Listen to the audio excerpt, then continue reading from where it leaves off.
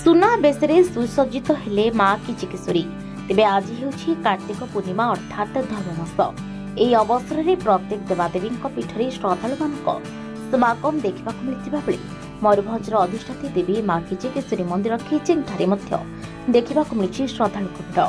ତା ସହ କାର୍ତ୍ତିକ ପୂର୍ଣ୍ଣିମା ଅବସରରେ ଶ୍ରଦ୍ଧାଳୁମାନଙ୍କ ସମାଗମକୁ ଆଖି ଆଗରେ ରଖି ମା କିଚକେଶ୍ୱରୀଙ୍କୁ ସୁନାବେଶରେ ସୁସଜ୍ଜିତ କରାଯାଇଥିବା ଦେଖିବାକୁ ମିଳିଛି। ମାଙ୍କର ଏହି ଦୁର୍ଲଭ ସୁନାବେଶ ଦେଖିବା ପାଇଁ ସକାଳୁ ସକାଳୁ ବହୁ ଦୂର ଦୂରାନ୍ତରୁ ଶ୍ରଦ୍ଧାଳୁମାନଙ୍କର ଭିଡ଼ ଦେଖିବାକୁ ମିଳିଥିବା ବେଳେ ଶ୍ରଦ୍ଧାଳୁମାନେ ମାଙ୍କ ପୀଠରେ ଭୋଗ ନୈବେଦ୍ୟ ଅର୍ପଣ କରିବା ସହ ମାଙ୍କ ଦୁର୍ଲଭ ସୁନାବେଶକୁ ହଜାର ହଜାର ଶ୍ରଦ୍ଧାଳୁ ଦର୍ଶନ କରିଥିବା ଦେଖିବାକୁ ମିଳିଛି। ସେଭଳି ଶ୍ରଦ୍ଧାଳୁଙ୍କ ଭିଡ଼ ନିୟନ୍ତ୍ରଣ ପାଇଁ ସ୍ଥାନୀୟ ପୁଲିସ ପ୍ରଶାସନ, ମନ୍ଦିର ପ୍ରଶାସନ, ଡ୍ରାଇଭର ମହାସଂଘ, ବିଶ୍ୱ ହିନ୍ଦୁ ପରିଷଦ ଓ ଛାତ୍ର ସଂଗଠନ ସହଯୋଗ କରିଥିବା ଦେଖିବାକୁ ମିଳିଛି। ତେବେ ଏହା ବିଶ୍ୱରେ एकमात्र ମନ୍ଦିର ଯାହା କଳା ମୁଗୁନି ପଥରେ ଖ୍ରୀଷ୍ଟପୂର୍ବ 920ରୁ 925 ମଧ୍ୟରେ ନିର୍ମାଣ କରାଯାଇଥିବା ବେଳେ ପରବର୍ତ୍ତୀ ସମୟରେ 1934ରୁ 1942 ମସିହାରେ तत्कालीन महाराजा प्रताप चंद्र भंजदेव मंदिर को पुनः निर्माण करते। प्रथम तो सका नीतिकांति कौन थी सुनावेश प्रबल गहली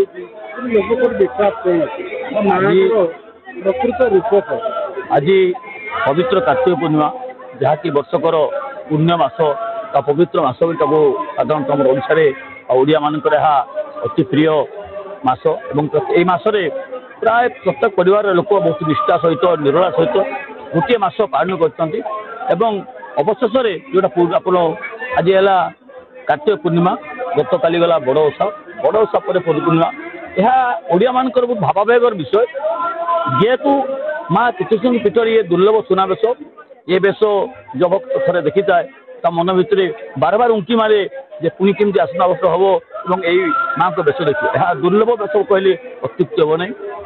साधारणतः आज पवित्र कार्तिक पूर्णिमा बड़ी भोर लोक मैंने स्नान करी शुद्धपुत स्नान करी डंगा बसई माँ को दर्शन करते माँ को पास जो चंद्रशेखर महादेव मंदिर रही महादेव को दर्शन करते प्रशासन तरफ विभिन्न फूलर साजसजा होमर अन्न प्रकार व्यवस्था होती तेणु भक्त मैंने आसुच्च खूब आवेग सहित माँ को दर्शन कर माँ को पाखर कृपा लाभ कर चंद्रशेखर माँ को दर्शन कर जल लगिक भोग पाई खूब आनंदित सहित जाऊँ।